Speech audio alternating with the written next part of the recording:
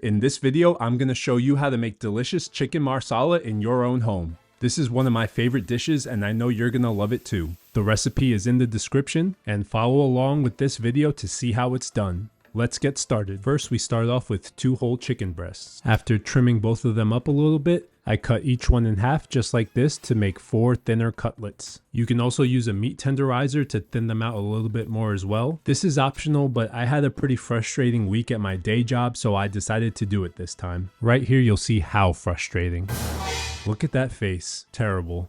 But if you tenderize it like a normal person, you should end up with a piece that's about 1/4 to 1/3 of an inch thick. Repeat this with the rest of your cutlets and season each side with some salt and pepper.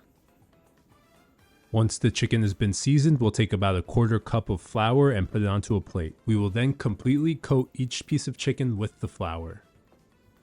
Once the piece of chicken is completely covered with flour, shake it off a little bit to get rid of any excess and repeat for the rest of your pieces. After all the pieces have been covered, we're going to set it to the side while we prepare a couple other things. First, we'll take 1 medium-sized shallot and mince it until you get something like this. Next, get 2 large garlic cloves or 3 smaller ones.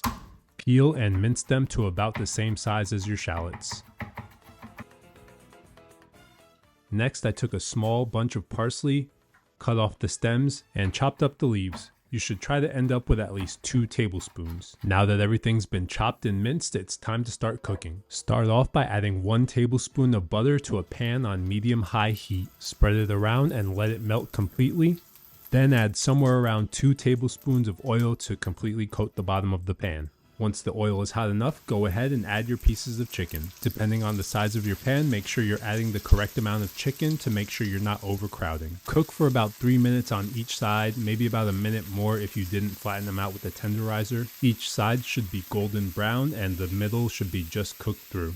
Once they're done, remove them from the pan and repeat this process until all of your pieces of chicken have been cooked. Add more oil to the pan at any point if necessary. Once all the chicken has finally been cooked, get a pot and set the stove to medium-high heat. Then add somewhere around 10 ounces of sliced mushrooms to the pot. Cook the mushrooms while stirring occasionally until the mushrooms release their water and the water completely evaporates. This will take somewhere between 5 and 10 minutes and the mushrooms will end up looking something like this. Now that the mushrooms are a nice brown color, we're going to add about 1 tablespoon of olive oil to them.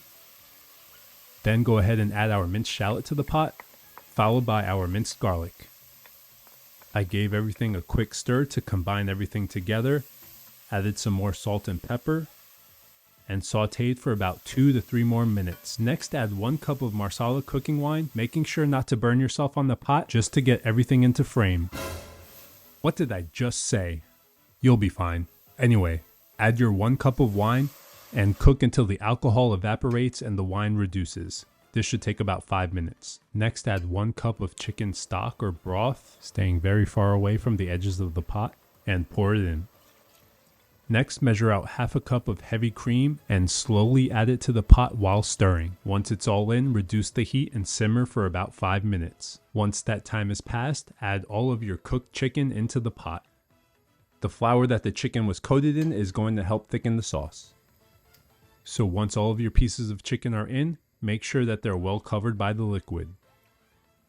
Once that's done, add all of your chopped parsley and stir everything together to combine. During this time, the sauce will begin the process of thickening up. This could take somewhere around 10 minutes, but keep an eye on it and wait until the sauce has reached the desired thickness that you prefer. Once it's reached that point, it is now ready to serve. I'm going to take out 2 pieces right now and give you a good look at the finished product. And there you have it, perfectly cooked chicken with a sauce that's not too watery and not too thick.